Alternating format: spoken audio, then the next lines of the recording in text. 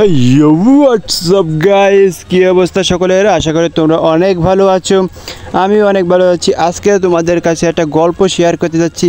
মানে সেটা গল্প বললে ভুল হবে, পুরোটা বাস্তব কাহিনী যেটা আমার সাথে ঘটে গিয়েছে এবং তোমাদের সাথেও ঘটতে পারে। মনে করো সেটা পুরো বাস্তব কাহিনী, এটা গল্প যেটা তোমাদের ভালোতে বুঝতে পারলে তোমাদের নিজেদের জীবনকে তুমি সফল তৈরি করতে পারবে। মানে এই জীবনে মনে করো অনেক মানুষ আছে যারা চঞ্চল বা রাগ প্রকৃতির, বা তারা সবসময় বেশি বোঝে বা কথায় কথায় উত্তর দেওয়ার জন্য তাদের প্রস্তুত হয়ে যায়। আমি সেই তাদের উদ্দেশ্যে কথা বলতে চাই। যেমন আমি ছোটোবেলা থেকে অনেক রাগী ছিলাম। মনে করো আমি যে যা বলতো না কেন আমি তার কথা রিপিট করতাম, এবং সেই সময় আমাকে এই অনেক ভয় পেত যে আমি কথা ডাইরেক্ট রিপিট করে দিতাম বলে সেজন্য আমি সত্য কথা বলতাম, বা এই জন্য ভয় পেত। কিন্তু পরবর্তীতে মনে করো একজন ছিল আমার এক কাকা, সে আমাকে বলেছিল যে কখনও এরকম থাকবে না, তুমি একটু নিরিবিলি বড় টাইপের থাকো, যে তাহলে তুমি বুঝতে পারবা পৃথিবীর মানুষরা কীরকম। আমি তার কথা মতন মনে করো এই চেয়ে থাকা শুরু করেছি, মানে সবাই বড়দের মতন থাকা শুরু করছি, এবং তারপরে থেকেই আমি মানুষ চেনা শুরু করছি। এমনকি এখন আমি নিজে বুঝতে পারি আমার নিজের বন্ধুবান্ধবরা কীরকম, নিজের আত্মীয় স্বজনরা কীরকম, কারা কতটা ভালোবাসে আমাকে, মানে সব কিছু এখন জানিয়ে গেছি। যেমন আমার বন্ধুরা, আমার একটা 2 লক্ষের আইডি ছিল যেটা হ্যাক হয়ে গেছে, যেটা তোমার আগের ভিডিওতেই বলে দিয়েছি। তোমাদের 2 লক্ষ টিকটক একটা আইডি ছিল যেটা আমি নিজে কষ্ট করে বানিয়েছিলাম।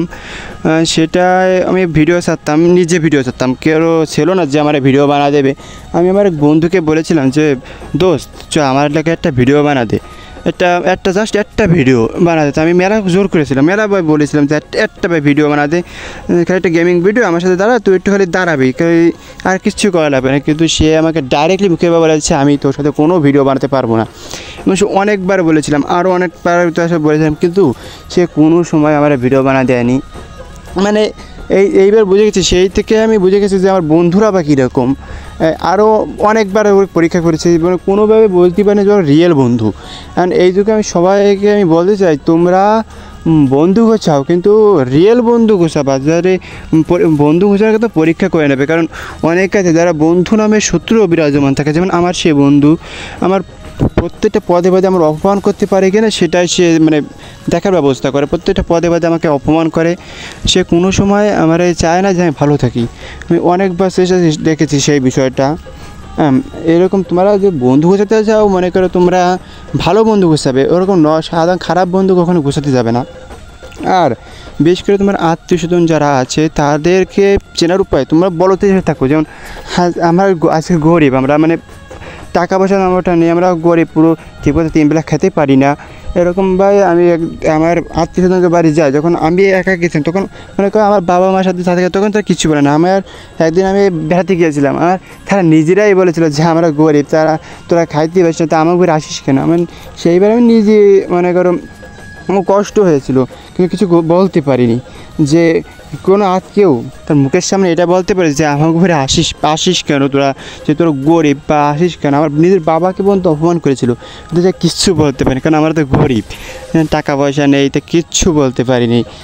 ছাড়া একটা জিনিসই আমি চিন্তায় ছিলাম যে সময় একদিন অবশ্যই আসবে, এবং সেটা অবশ্যই আসবে, যেটা কারণ সময় কখনো ছাড় দেয় না। এবং সময় তোমার এখন তুমি বড়লোক আছো, পরবর্তীতে বড়লোক থাকবে কি না সেটাও তো বলা যায় না। আর আমরা যে গরিব আছি সেটা মনে করো পরবর্তীতে আমি গরিব থাকবো কি না সেটা তো বলা যায় না, বড়লোক হতেও পারি। অ্যান্ড বড়লোক হওয়ার ইচ্ছেটা আমার অতটা নেই। আমার এটুকু ইচ্ছে যে তাদেরকে আমি দেখাতে চাই যে আমরা গরিব থাকলে তো হবে কি, আমরা চেষ্টা করলে সব কিছু হতে পারে। তাই তোমাদেরকে আমি বলতে চাই তোমরা চেষ্টা করো, কারণ যারা চেষ্টা করে তারা কখনো হারে না। যেমন আমি বর্তমানে চেষ্টা করতেছি যে আমাদের কিছু একটা কাজ করার, হচ্ছে চাকরি বাকরি করে এমন কিছু, মানে চাকরি তোমার করতে পারবে কি না সেটা তো বর্তমানে বোঝা যায় না যে চাকরি তুমি করতে পারবে কি না। তাই তোমার কাজ করার চেষ্টা করো, তা তোমার সফল অবশ্যই হবে, একদিন সফল অবশ্যই হবে। কারণ তুমি তো কষ্ট করো, সফলতার কাছে তুমি পৌঁছবে না, সফলতাই তোমার কাছে যেসে পৌঁছে যাবে। তাই তোমার চেষ্টা করো। আর যদি তুমি কখনো ভেঙে পড়লে কিন্তু তোমার সব শেষ হয়ে যাবে। তা ভেঙে কখনো পড়া যাবে না, চেষ্টা করতে। যেমন আমি বর্তমানে মোটামুটি পর্যায়টা আছে, যে আগের থেকে একটু ভালো পর্যায়ে এখন বর্তমানে পৌঁছিয়ে গেছি। যে আগে যতটা খারাপ পর্যায়ে ছিল এখন তার থেকে একটু উপরে পর্যায়ে। আর আমার যে 2 লক্ষের আইডিটা ছিল সেটা আমার বন্ধুবান্ধবরা এখনও জানে না যে আমার সেটা হ্যাক হয়ে গেছে, কারণ সেটা বলে তারা যে এখনও অপমানের উপরে অপমান করতে থাকবে। সেটা আমার আরেকটা টিকটক আইডি নতুন করছি, যেটা আমি মনে করো উপরে ওঠার চেষ্টা করছি। আমার টিকটক আইডি উপরে ওঠানোর সময় লাগবে না, কিন্তু হ্যাঁ, এটা টিকটকে যে হারানো 2 লক্ষের আইডি, যেটা আমার 6টা মাস কষ্ট করে বানাইছি, সে বোঝো তো কতটা কষ্ট একটা আইডি হারানোর। তো গাইস, আজকে ভিডিও এই পর্যন্তই। সকলে ভালো থেকো, সুস্থ থেকো এবং এই ভিডিওটা সকলকে শেয়ার করে দাও, সকলে জানতে পারে যে বাস্তব জীবন কতটা কঠিন।